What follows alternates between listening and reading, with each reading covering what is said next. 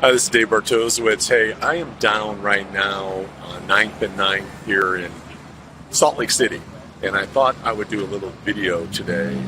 Something that is troubling me with people who leave Mormonism, who've been in Mormonism for 20, 25 years, all their lives, whatever it may be. I talked recently to my daughter about somebody who left, and she made a comment to me. She says, well, you know, they didn't have a testimony.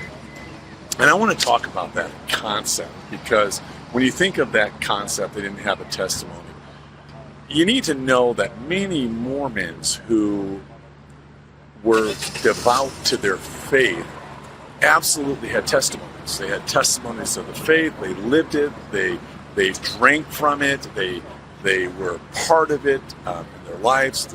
They had their children going to Sunday schools. They were absolutely committed to that faith. They had testimonies.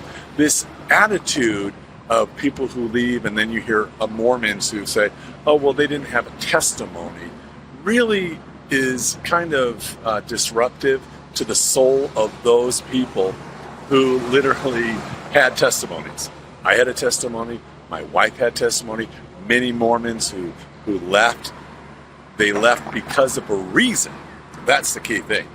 And the reason was they started finding the truth of Mormonism and Joseph Smith and all the things that was included in the historical perspective that were never absolutely revealed to them before. Or they put things on the shelf, and they came to the point when all these things on the shelf were too heavy, they basically fell.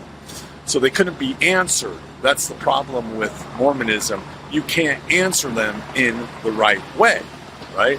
And because you can't answer them, a lot of bishops or a lot of people just say, oh, you need to pray, you need to read the Book of Mormon and go to the temple. That's not the answer. The answer is to really recognize what those issues were, right? And then really try to find the correct answers. If people really started looking at the correct answers, they would find, Mormons would find the same results as those people who left. But the real reason is they don't want to look. So they make these excuses where they say, they didn't have a testimony. They didn't have a testimony. That's hogwash. That's not true. Anybody who were Mormons, and then they realized what the truth was. Perfect examples like, why did Joseph Smith get tarred and feathered? What was the reason behind it? Well, the reason was because he was involved in a young woman whose father was a doctor, and he was being very flirtatious and intimate in ways that were not right for this girl.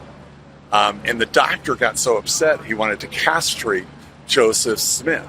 So he got a bunch of men to go and actually get Joseph Smith, pull him out of the house, and at that moment when he was about to castrate, he said, no, we can't do this. So he said, just tar and feather.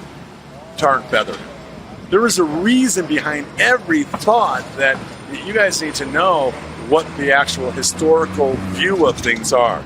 Anyway, I just want to let you know, that's the reason. When you make a comment, they didn't have a testimony, that's false.